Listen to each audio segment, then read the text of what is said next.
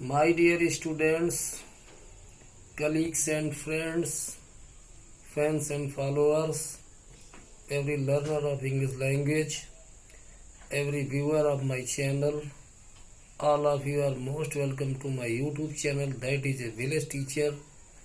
And here I am S.K. Tripathi, an ordinary English teacher of a small village, giving you a few drops of knowledge from the ocean of English language.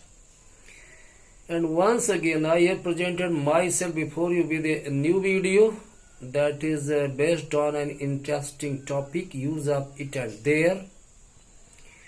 In this reference I would like to request you that please don't skip video until it ends, and also share the videos available on this channel to more and more persons so that others may also be aware of this channel and benefit themselves. I also would like to request you, please do write comments in comment box. So without wasting your precious time, I want to start this video. आइए समझते हैं कि मुझे पढ़ाना है इस video में। देखिए मैंने बताया हुआ है, अभी जो मैंने अंग्रेजी में बोला है कि इस वीडियो में मुझे इट और देयर का प्रयोग आपको समझाना है, तो हमने हेडिंग भी डाल रखी है use of it and there. तो इसकी जो विशेषता है मैंने लिख दी है कि इन वाक्यों में कर्ता सुलभ नहीं होता है, मतलब कर्ता का अभाव होता है, तो वह इट या देयर का प्रयोग करते हैं। जिन वाक्यों में कर्ता सुलभ नहीं होता है, कर्ता होता नहीं है, वह इट और देयर का प्रयोग करते हैं। इसीलिए इन्हें इंट्रोडक्टरी वर्ड्स भी कहते हैं, यानी परिचय कराने वाले शब्द। इट और देयर दोनों ही इंट्रोडक्टरी वर्ड्स कहलाते हैं। सबसे पहले हमने यूज ऑफ इट समझाया हुआ है, तो उसमें एक हिंट दिया है कि इनका प्रयोग समय, मौसम, दिन, महीना आदि के व्यक्त करने में करते हैं। इट का प्रयोग समय, मौसम, दिन, महीना आदि के व्यक्त करने में प्रयोग करते हैं। तो अब सेंटेंस है, आप समझिए।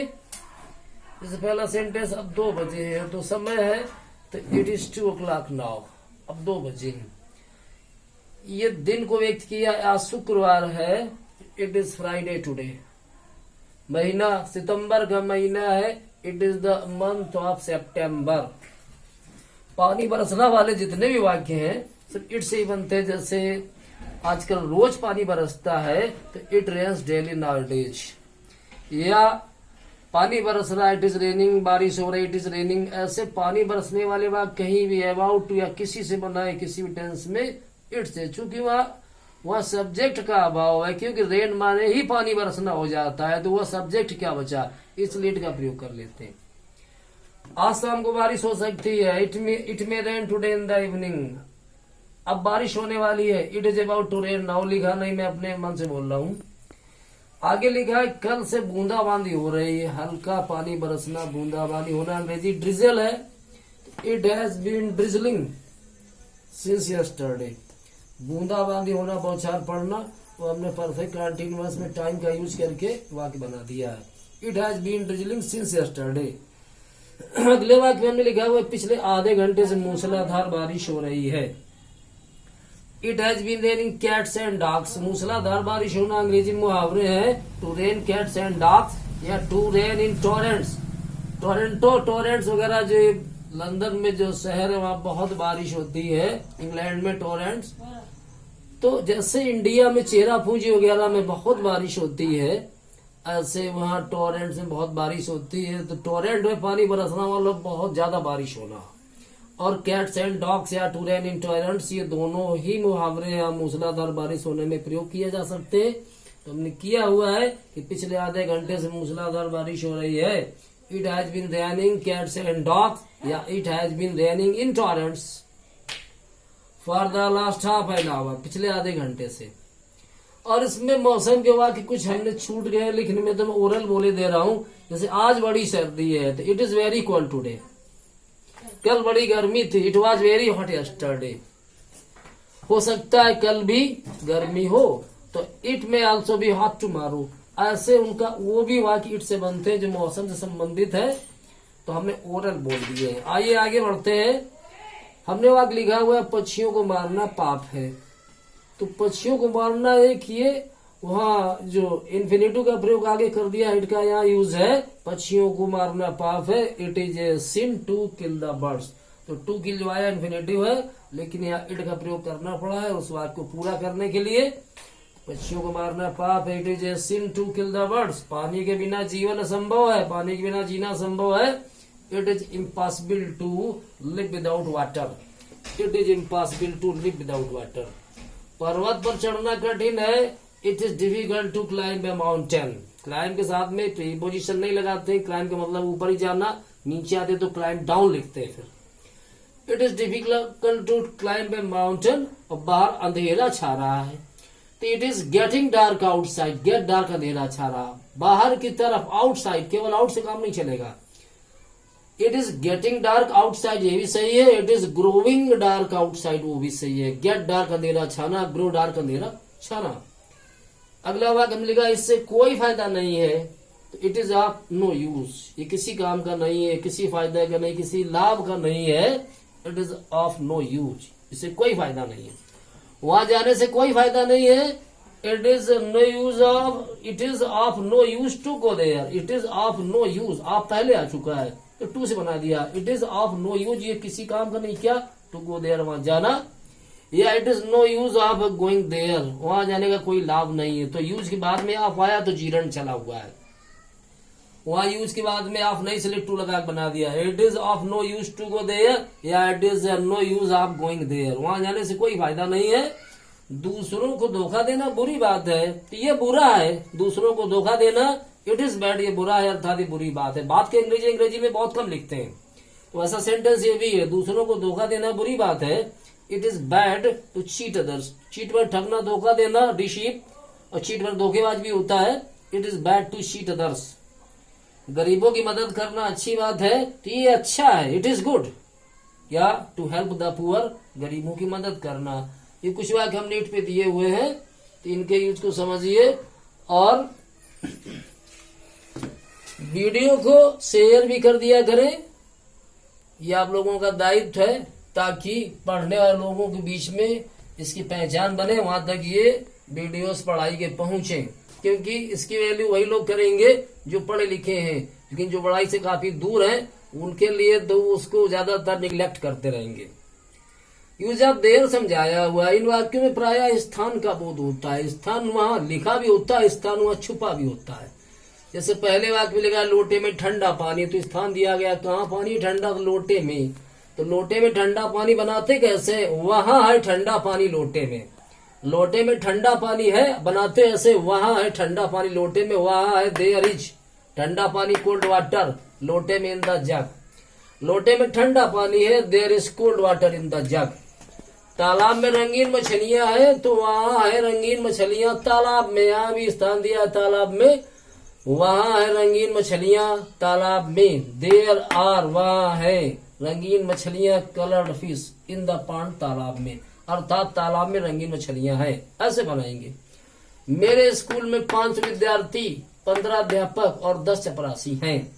वहां है ये सब 5 विद्यार्थी, 15 अध्यापक और 10 चपरासी मेरे स्कूल में। देयर आर, वहां है 500 स्टूडेंट्स, 500 विद्यार्थी, 15 टीचर्स, 15 अध्यापक एंड 10 प्यून्स और 10 चपरासी इन माई स्कूल, मेरे स्कूल में। बगीचे में एक सांप था, पास्ट में वाक्य लिख दिया, तो वहां था एक सांप बगीचे में, वहां था, तो देयर वाज एक सांप, ए स्नेक बगीचे में in the garden. There was a snake in the garden, बगीचे में एक सांप था। अगला वाक्य, मेरे दादाजी के गांव में 2 स्कूल और एक अस्पताल है, तो वहां है 2 स्कूल और एक अस्पताल मेरे दादाजी के गांव में। वहां है देयर आर 2 स्कूल, 2 स्कूल्स और एक अस्पताल एंड ए हॉस्पिटल मेरे दादाजी के गांव में in my grandfather's village. There are 2 schools and a hospital in my grandfather's village, मेरे दादाजी के गांव में 2 स्कूल और एक अस्पताल है। एक जंगल में 2 बैल थे, यहाँ सभी स्थान मिल रहे हैं, तो वहां थे 2 बैल एक जंगल में, वहां थे देयर वेयर बहुवचन है। दो बैल टू ऑक्सन, ऑक्स का बहुवचन ऑक्सन होता है, ये बात नंबर की है, वचन की। तो देयर वेयर टू ऑक्सन, वहां थे दो बैल, कहा, इन ए फॉरेस्ट, एक जंगल में, अर्थात एक जंगल में दो बैल थे। किसी गांव में एक गरीब बुढ़िया रहती थी, तो वहां रहती थी, पास्ट इंडेफिनिट टेंस, रहती थी, था ती थे, पास्ट इंडेफिनिट है, देर से बनाना है। वहां रहती थी एक गरीब बुढ़िया, देयर लिव्ड, वहां रहती थी एक गरीब बुढ़िया, ए पुअर ओल्ड लेडी। अगर एक बुढ़िया होता तो एन ओल्ड लेडी लिखते, लेकिन वहां पुअर पहले आ चुका है, इसलिए ए पुअर ओल्ड लेडी। किसी गांव में, इन ए विलेज भी सही है और इन ए सर्टेन विलेज भी सही है। सर्टेन में कुछ किसी निश्चित होता है, तो किसी की अंग्रेजी सर्टेन पूरी कर देगा, लेकिन अगर सर्टेन ना भी लिखा जाए इन ए विलेज तो भी अनिश्चित है, वो किसी गांव में रहती थी। अब इस वाक्य में स्थान नहीं दिया है हमने, लेकिन स्थान वहां छुपा हुआ है। एक राजा था, तो कहीं था वो, एक राजा था, तो बनाएंगे ऐसे, वहां था एक राजा, वहां था, देयर वाज, एक राजा एक किंग, एक राजा था तो वहां था एक राजा, देयर वाज ए किंग। एक किसान था तो वहां था एक किसान, तो देयर वाज ए फार्मर। एक लोमड़ी थी तो वहां थी एक लोमड़ी, देयर वाज ए फार्मर। ऐसे ही स्टोरी की शुरुआत करने में देयर का यूज काफी कुछ होता है। एक राजा था तो देयर वाज ए किंग, और किसी नगर में एक राजा था, अब वहां स्थान दे दिया है, तो देयर वाज ए किंग, वहां था एक राजा, इन ए सर्टेन सिटी, किसी नगर में, किसी शहर में। अब इसमें थोड़ा लंबा कर दिया है, वो वाज वेयर का प्रयोग था, पास्ट इंडेफिनिट में ले आए हैं। कई साल पहले की बात है, कन्नौज में एक बहुत बुद्धिमान राजा रहता था, या राज करता था, कुछ भी। कन्नौज में एक बहुत बुद्धिमान राजा रहता था, या कन्नौज में एक बहुत बुद्धिमान राजा राज करता था। तो कई साल पहले की बात है, बात की अंग्रेजी नहीं लिखते हैं, हमने बहुत बार बोला है, तो यहाँ भी नहीं लिखी है। मैंने ईयर थे को कई साल पहले, बस हो गया, कई साल पहले की बात है, बहुत समय के पहले की बात है, लॉन्ग लॉन्ग एगो ऐसे लिखते हैं, तो यहाँ लिखा है कई साल पहले की बात है, many years ago. There lived, वहां रहता था, या देयर रूल्ड, वहां राज करता था, या देयर रेनेड, रेन माने राज, और राज करना, शासन और शासन करना, तो रहता था तो देयर लिव्ड, राज करता था, रूल्ड और रेनेड ये दोनों सही है। देयर लिव्ड, वहां रहता था। कन्नौज में तो इन कन्नौज, कन्नौज पर शासन करता था, तो ओवर कन्नौज, और कन्नौज में शासन करता, तो वो भी इन भी चल जाता है, लेकिन रूल के साथ में ओवर प्रीपोजिशन आता है। तो देयर लिव्ड, वहां रहता था, ए वेरी वाइज किंग, एक बहुत बुद्धिमान राजा, इन कन्नौज, कन्नौज में। Many years ago there ruled a very wise king in Kannauj, many years ago there ruled a very wise king over Kannauj. ऐसे कुछ भी रूल के साथ ओवर भी कर सकते हैं, स्टोरीज में इन भी कर सकते हैं, लेकिन लिव्ड के लिए इन ही अच्छा है। तो ऐसे छोटे वाक्य से बढ़ते चले जाते हैं, उसमें आप बढ़ा सकते हैं कुछ भी। जैसे एक लोमड़ी थी तो देयर वाज ए फॉक्स, एक जंगल में एक लोमड़ी थी, there was a fox in a forest, एक जंगल में एक लोमड़ी रहती थी, चालाक लोमड़ी रहती थी, there lived a cunning fox in a forest. ऐसे वो बढ़ाते चले जाएंगे।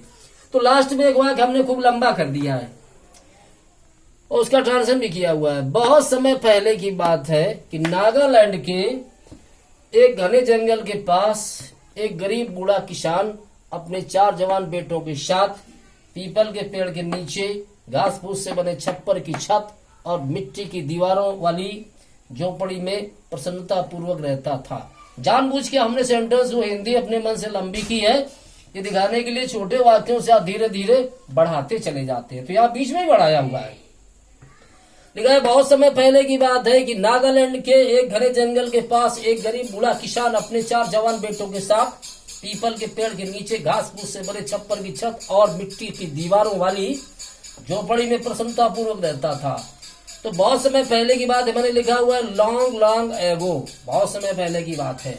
ये लॉन्ग को टाइम में यूज हमेशा करते हैं, लॉन्ग लॉन्ग एगो हो गया, बहुत समय पहले की बात है। Near dense forest of Nagaland, Nagaland के घने जंगल के पास, नियर डेंस घना, near dense forest of Nagaland, Nagaland के घने जंगल के पास, under a peepal tree, people के पेड़ के नीचे, इन ए स्मॉल हट, एक छोटी झोपड़ी में। और झोपड़ी की विशेषता क्या है? छप्पर की छत और मिट्टी की दीवारें। तो इन ए स्मॉल हट विथ थैचेड रूफ, थैच माने छप्पर और थैचेड रूफ माने छप्पर वाली छत। विद प्रीपोजिशन से विशेषता बताई हुई है झोपड़ी की। विद आप भी कर सकते हैं, विद मुझे अच्छा लग रहा है। विद थैचेड रूफ, छप्पर की छत, एंड मड वॉल्स, और मिट्टी की दीवारें, ये विशेषता झोपड़ी की। तो in a small hut with thatched roof and mud walls there lived a poor old farmer, वहां एक गरीब बूढ़ा किसान रहता था, along with his 4 young sons, अपने 4 जवान बेटों के साथ, हैप्पीली, प्रसन्नता पूर्वक। हैप्पीली तो वहां भी ला सकते हैं बीच में कि there lived a poor old farmer happily along with his 4 young sons. तो पूरे का हमने बनाया हुआ long long ago near a dense forest of Nagaland under a peepal tree in a small hut with thatched roof and mud walls there lived a poor old man happily, there lived a poor old farmer happily along with his 4 young sons। तो हमने it और there का use बताया हुआ है। Translation के क्रम में मैं निरंतर बढ़ाता हुआ चल रहा हूँ। मेरा प्लान है कि ट्रांसलेशन आपको काफी सिखा दें, सब ये जो भी है, और काफी सिखाया भी है। मेरे चैनल पे उपलब्ध वीडियो आप देखिए किस किस टॉपिक में हमने प्रेजेंट इंडेफिनिट शुरू करके बराबर ट्रांसलेशन वीडियो बनाए हुए हैं, और ट्रांसलेशन को हमने लोअर और मीडियम अपर स्टैंडर्ड तक बढ़ाया हुआ है, यहाँ तक कि कंपटीशन लेवल में भी बहुत हेल्प करेंगे। इंग्लिश बोलना, इंग्लिश लिखने में भी बहुत मदद करेंगे, और जो भी ग्रामर आपको पढ़ाई जाएगी, सिंथेसिस या इनडायरेक्ट या ट्रांसफॉर्मेशन या कुछ भी, वहाँ ट्रांसलेशन आपकी मदद करेगा। राइटिंग स्किल और रीडिंग स्किल दोनों में हेल्प करेगा। तो कंटिन्यूअस देखिए, और निरंतर आपको बहुत अच्छे वीडियो मिलेंगे हर स्तर के। वो इंटरमीडिएट हाई स्कूल की टेक्स्ट बुक से संबंधित भी होंगे, वो इंटरमीडिएट हाई स्कूल की ग्रामर से भी संबंधित होंगे, वो स्पीकिंग से भी संबंधित होंगे, राइटिंग से भी, और कंपटीशन लेवल से भी संबंधित होंगे। और कंपटीशन लेवल में बहुत स्टैंडर्ड लेवल के वीडियोस इस चैनल पर मिलेंगे, निरंतर बनते जा रहे हैं। आप लोग कमेंट बॉक्स में कमेंट वगैरह लिख दिया करें और वीडियोस को शेयर कर दें सभी प्रकार के लोगों की तरफ, तो कुछ तो व्यू बढ़ेंगे और अच्छे लोगों में टकरा जाएंगे, तो उनको फायदा करेंगे और लाभ उठा सकते हैं। और इसके अगले वीडियो में आपसे मिलेंगे, तब तक आप इंतजार करिए अगले वीडियो का। अंत में धन्यवाद, थैंक यू वेरी मच।